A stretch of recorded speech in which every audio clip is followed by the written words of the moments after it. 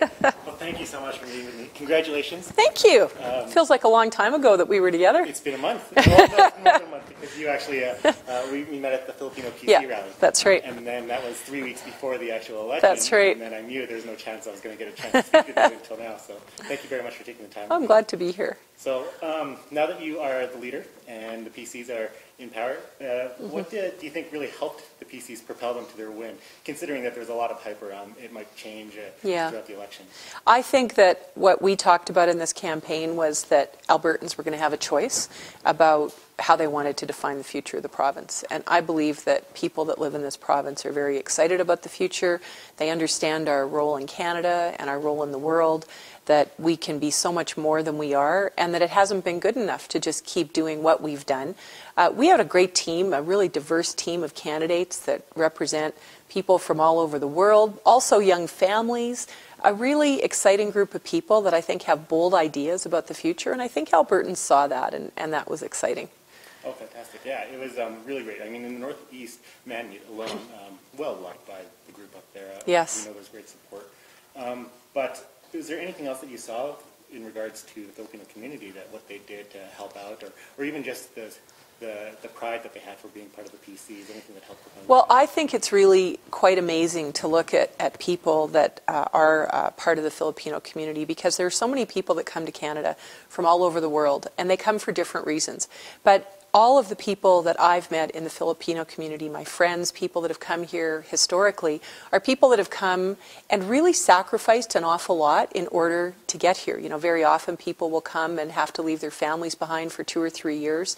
And so it really shows to me in particular, that in the Filipino community, people that are coming from the Philippines are people that are committed to hard work, tremendous sacrifice, and really committed to family. And I think that's an important part of who we are as progressive conservatives. It's about family. We're committed to education. We're committed to public health care, and to putting in place the services that are going to allow Albertans to thrive. And I think the two come together very nicely.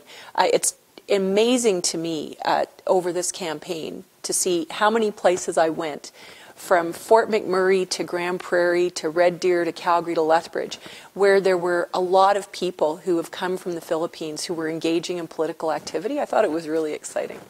No, I'm glad to hear that. I mean, seeing the Filipino community alone, I mean, there could be more representation around the province with Filipinos coming out. But what do you think they could possibly do to get more engaged with the government? Is there anything that they can help to participate in the conversations? Well, for us, it's going to be really important as a party, first of all, to continue to embrace a lot of people that I think got excited about politics for the first time. And that's really fundamental to who we are as a progressive conservative party. But in terms of government, we have a number of elected MLAs now around the province who are going to be looking to engage with their constituency and people who are interested in issues. So I would think that what's most important is for anyone who's an Albertan, and in particular people who are just starting now to think about politics and public policy, to think about those issues that they care about, go in, meet with their MLAs, and really establish that relationship where you're going to be able to work together on issues that people care about. And it might be different issues for different people, but it's going to be issues that matter to individuals personally. And for me, that's going to be the most important part of where we start. But as we go ahead, there's a lot of work that we're going to be doing on public consultation around things like the Heritage Savings and Trust Fund and what we want that to look like in the future. And we have to really encourage people that started to get involved in politics to stay involved in those discussions now.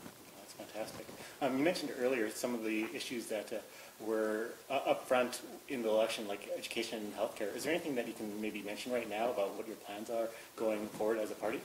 Well, we're committed to making sure that the public healthcare system works. There was a lot of talk in this election about coming up with different models, and what really worried me about that was that as soon as you start to privatize some parts of healthcare, it's a very slippery slope, and we're not going to do that.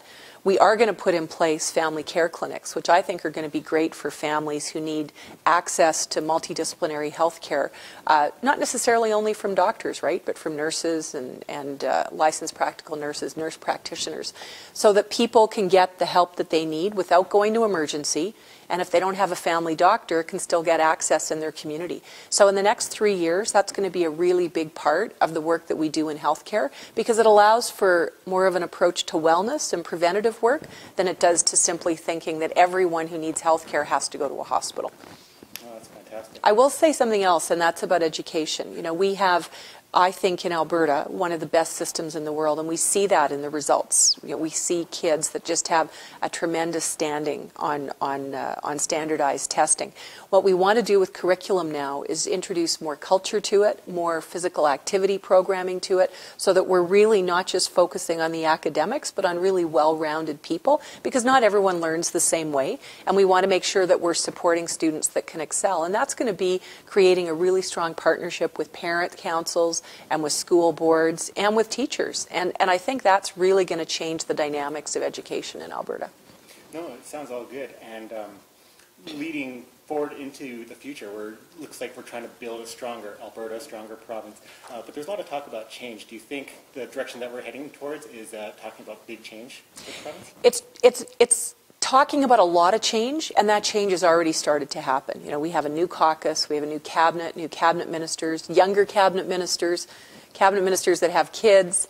We also have a legislature that's going to work very differently. You know, it's very important to have our legislative committees be engaging with the public. That's not something that they've done an awful lot in the past. And so saying to MLAs from all sides of the House, we need you to be accountable to the people that voted for you. We want you to be out there talking about public policy, having meetings around the province, talking about legislation, is going to change the way that we have public policy discussions here.